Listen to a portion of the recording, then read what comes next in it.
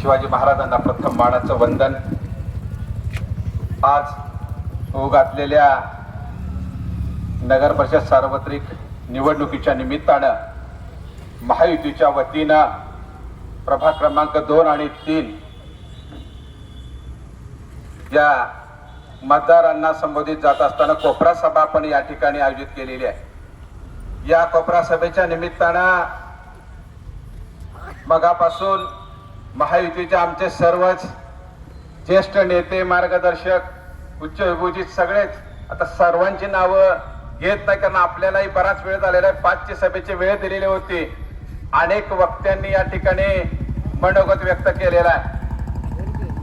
मी प्रथम या प्रभागातील जिथपर्यंत माझा आवाज जातोय, ज्या माता भगिनी मतदार बंधू या सभेकडे लक्ष लावून आहेत आणि या सभेसाठी खास या ठिकाणी उपस्थित ज्यांनी दर्शवलेले आहे त्यांनाही या ठिकाणी मी मानाचं वंदन करतो। बंधूंनो, मगापासून सभेत प्रत्येक वक्त्यानं माझं काम कसं आहे, मी या शहरासाठी, या जनतेसाठी कशा पद्धतीने झटतोय याचं सगळं वर्णन केलेलं आहे। त्यामुळे मी पुन्हा आता वेगळं काय सांगायचं हा मोठा प्रश्न माझ्या समोर उपस्थित आहे। 2016 निवडणुकीला सामोरं जात असताना हा प्रभाग माझ्यासाठी नवीन होता, उपनगर सगळी होती। या ठिकाणच्या समस्या सगळ्या जाणून घेऊन 5 वर्षामध्ये सभागृहात जे काम केलं ते या मतदारांच्या आशीर्वादानं, मतदारांच्या विश्वासाला बरोबर घेऊन कुठेही मतदाराला खाली मान घालता येऊ नये अशा पद्धतीचं काम मी केलेलं आहे।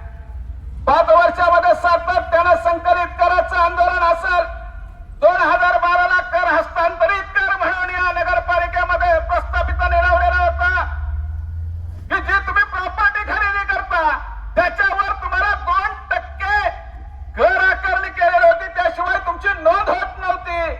तो प्रश्न आपण प्रामुख्याने सभागृहात पहिल्यांदा सोडवला।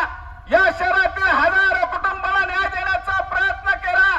त्याचबरोबर दादांनी सांगितल्याप्रमाणे 2012 ला संकलित कराचा प्रश्न होता, अपिलामध्ये न्याय मिळालेला नव्हता, अपिलाची सुनावणी झालेली नव्हती। 2100 कुटुंबासाठी सलग 8 ते 9 महिने या शहरामध्ये आंदोलन केली गेली। तहसील कार्यालय असेल, नगरपालिका असेल, जिल्हाधिकारी कार्यालय असेल, या ठिकाणी आम्हाला न्याय मिळाला नाही। न्याय मिळाला नाही म्हणून आम्ही पुणे विभागाच्या आयुक्तांच्या समोर त्यांच्या ठिकाणी देखील आंदोलन केलं, उपोषण केलं। त्या आयुक्तांनी मला सल्ला दिला की तुम्ही जी मांडणी केलेली आहे ही योग्य आहे, कायदेशीर लढाई आहे। तुम्ही आंदोलन आणि उपोषण न करता तुम्ही न्यायालयात धाव घ्या, तुम्हाला पहिल्या तारखेला न्याय मिळेल। आणि म्हणून त्यावेळेला न्यायालयात धाव घेतली। माझ्या सोबत फक्त 70-80 कुटुंबातील प्रतिनिधी माझ्या सोबत होते। त्या लोकांनी मला न्याय दिला, त्या लोकांनी माझी ताकद वाढवली, कारण या ठिकाणी नगरपालिकेचं नुकसान होतंय म्हणून प्रत्येक जण घाबरत होता, प्रत्येक नगरसेवक आम्हाला विरोध करत होता, सगळे आम्हाला सांगत होते की यामध्ये नगरपालिकेचं नुकसान आहे। परंतु मी त्यांना सांगत होतो या शहरातील जनतेचं नुकसान प्रत्येक वर्षाला आयुष्यभर होणार आहे, त्याला कोण जबाबदार? आणि म्हणून आम्हाला न्यायालयामध्ये धाव घ्यावी लागली। न्यायालयामध्ये पहिल्या तारखेला आमचा निकाल आमच्या बाजूने झाला। 2100 कुटुंबांना न्याय देऊ शकलो तर गेल्या वेळच्या माझ्या मतदारांच्या मतदानावर, त्यांच्या जोरावर। त्यामुळे हे केलेलं काम मी नाही, माझ्या मतदारांना याचं सगळं श्रेय मी देतोय, कारण माझ्याकडे मी पण नाही, तुमच्या ताकदीच्या जोरावर त्या ठिकाणी सभागृहात आम्ही कामं केलेली आहेत। जी कामं झालेली आहेत, मग कर हस्तांतरण कर असेल तो माफ केला गेला, याचं श्रेय माझ्या मतदार बंधू भगिनींना आहे।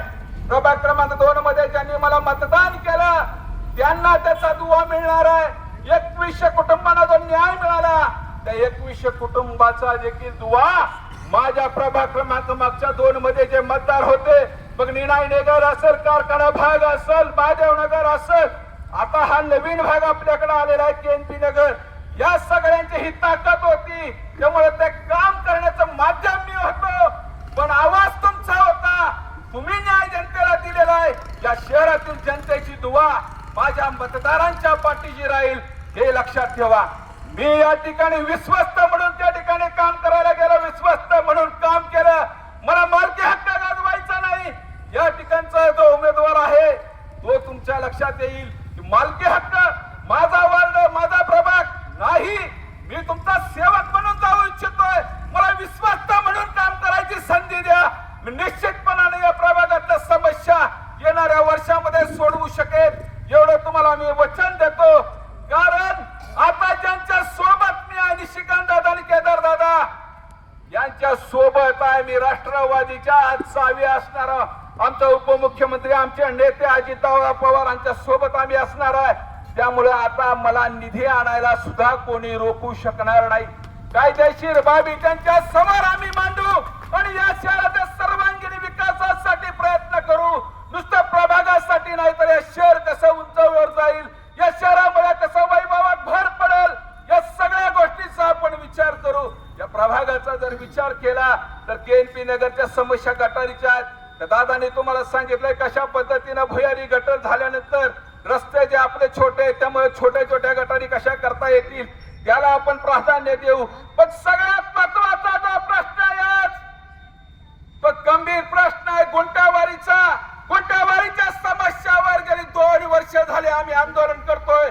निश्चितपणानं सभागृहात गेल्यावर पहिल्या मीटिंग मध्ये गुंठावारीचा प्रश्न नाही सोडवला तर राजीनामा देऊन मी घरात बसेल एवढंच मी या ठिकाणी तुम्हाला वचन देतो. कारण आजपर्यंत जे काम केले ते काम केल्यानंतर आम्ही काम केलंय म्हणून सांगतोय. माझ्याकडे मीपणा नाही.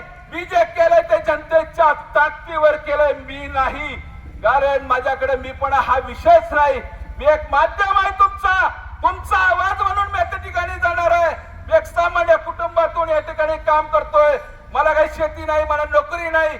मी पिगमी गोळा करून मी LICचं काम करून माझं कुटुंब सांभाळतोय. त्यामुळे माझ्याकडे पैसा नाही. परंतु तुमची दुवा तुमची ताकद माझ्या पाठीशी असल्यामुळं कुणीही माझ्या समोर उमेदवार असेल किती कपटशाही दाखवली तर मी मागे हटणार नाही एवढा या ठिकाणी शब्द देतो. आणि मी माझ्या या प्रभागातील जनतेला विनंती करतो की माय बापनो बंधूनो मला तुमचा सेवक म्हणून मला विश्वास म्हणून या ठिकाणी नेमणूक करा. तुमचा मालक म्हणून मी कधी त्या ठिकाणी मिरवणार नाही. मला काम करायचंय, मला समाजाबरोबर राहायचंय. तळागाळातल्या घटकापर्यंत पोहोचून प्रत्येकाला न्याय देण्याची भूमिका माझी असेल. आणि मी निश्चितपणाने विश्वस्त म्हणून काम करत असताना माझ्या मतदाराला कधी खाली मान घालायला लागेल असं कुठलंही काम मी करणार नाही एवढं या ठिकाणी वचन देतो. मी प्रभाग क्रमांक 2 मध्ये राष्ट्रवादी काँग्रेसच्या वतीनं या ठिकाणी घड्याळ चिन्ह घेऊन आपल्या समोर उभा आहे. आपण घड्याळच्या चिन्हासमोरचं बटन दाबावं आणि मला प्रचंड मताने विजयी करावं. माझ्या सोबत शिवसेनेच्या आमच्या गीताताई बेलवणकर यांचं चिन्ह धनुष्यबाण आहे. त्यांच्याही समोरचं ते बटन दाबावं आणि प्रचंड मताने त्यांनाही विजयी करावं. त्याचबरोबर माझ्या पलीकडचा जो प्रभाग आहे प्रभाग क्रमांक 2 माझे मित्र त्या ठिकाणी सुजित अण्णा आहेत. त्यांचंही काम तुम्हाला माहिती आहे. सातत्यानं हा माणूस कोणत्याही राजकारणामध्ये नसताना समाजसेवा समाजाच्या तळागाळामध्ये भेटून प्रत्येकाला एकत्रित करून अनेक इव्हेंट त्यांनी साजरे केले. परंतु चुकीच्या पद्धतीने कुठलं काम केलं नाही. अध्यात्माला बरोबर घेऊन कीर्तन असतील अनेक विद्यार्थ्यांना प्रोत्साहन देण्यासाठी मग MPSCच्या परीक्षेच्या असतील किंवा विद्यार्थ्यांना प्रोत्साहन देण्याच्या ज्या स्पर्धा असतील त्या त्यांनी सादर केलेल्या आहेत. त्यांच्यासारखं एक व्यक्तिमत्व या सभागृहात असणं गरजेचं आहे. त्यामुळे त्यांचं कमळ चिन्ह आहे. त्यांच्याही पाठीशी भरभरून मतं द्या. त्यांच्या सोबत ज्या नुसत्याच राष्ट्रवादीतून आमच्या राष्ट्रवादीमध्ये आलेल्या आहेत त्या प्रतिभाताई त्या सातत्यानं रस्त्यावर आहेत. रस्त्यावर म्हणण्यापेक्षा सर्वसामान्यांची कामं करून प्रत्येक कुटुंबामध्ये जाऊन भेटीगाठी घेऊन त्यांच्या अडीअडचणी सोडवण्याचा प्रयत्न तयारी करतात. त्यांचं चिन्ह घड्याळ आहे. त्यांचाही प्रचंड अशा मताने विजयी करा. आणि सगळ्यात महत्वाचं महायुतीचे नगराध्यक्ष माननीय विश्वास बापू डांगे यांना आपल्याला निवडून आणायचंच आहे. कारण एक व्यक्तिमत्व उच्च शिक्षित माणूस या नगरपालिकेत असल्याशिवाय आपल्याला पुढे जाता येणार नाही. त्यांचं चिन्ह कमळ आहे. त्यामुळं कमळ, धनुष्यबाण आणि घड्याळी 3 चिन्ह तुम्ही डोळ्यासमोर ठेवा. महायुतीला आपण विजयी करा. माझा विजय निश्चित आहे. फक्त तो गेल्या वेळी कमी मताने झालाय, तो उच्चांक मताने आपल्याला करायचा आहे.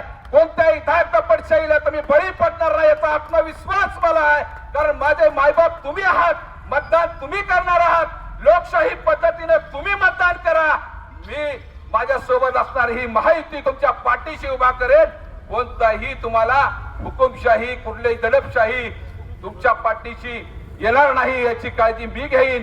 एवढंच या ठिकाणी मी पुन्हा कळकळीने सांगतो. माझ्यासारख्या सामान्य कुटुंबातील तुमचा उमेदवार, तुमचा मुलगा म्हणून तुमच्या कुटुंबात सहभागी करून घ्या. मला विश्वस्त म्हणून उद्याच्या 2 तारखेला होणाऱ्या या नगरपालिकेच्या निवडणुकीमध्ये माझ्या घड्याळ चिन्हासमोरचं बटन दाबून मला प्रचंड मताने विजयी करा ही विनंती करतो. बरेच वक्ते या ठिकाणी बोललेले आहेत. मला खूप बोलायचं होतं. अनेक आंदोलनं आपण केलेली आहेत, ती यशस्वी कशा पद्धतीने केलेली आहेत. शास्तीकराचा विषय आहे. शास्तीकराचा विषय सुद्धा शास्तीकरामध्ये गेल्या 2 वर्षापासून सातत्यानं आंदोलन करून आत्ताच्या परवाचे जे शास्तीकराचा जो आम्ही CRची अंमलबजावणी करायला भाग पाडली, त्यात सुद्धा आपण 1200 कुटुंबांना न्याय दिले. 600 स्क्वेअर फूट त्यांचं बांधकाम होतं, त्यांना सुद्धा शास्तीकराची आकारणी केलेली होती. हे लक्षात आल्याबरोबर या ठिकाणी या रस्त्यावर उतरून पालिका प्रशासनाला धारेवर धरणारा जर कोण असेल तर तुमचा नगरसेवक या प्रभाग क्रमांक 2 मधला जुना शकील सय्यद होता. हे लक्षात ठेवा. प्रत्येक वेळी अन्यायाला वाचा फोडणारा जर तुमचा नगरसेवक असेल तर तो कोण असेल तर तो तुमचा शकील सय्यद आहे. हे एवढं लक्षात ठेवा आणि माझ्या पाठीशी उभा राहा. ही संधी मला द्या. या संधीचं सोनं केल्याशिवाय राहणार नाही. एवढं कळकळून पुन्हा सांगतो आणि या ठिकाणी मी माझी रजा घेतो. जय हिंद, जय महाराष्ट्र.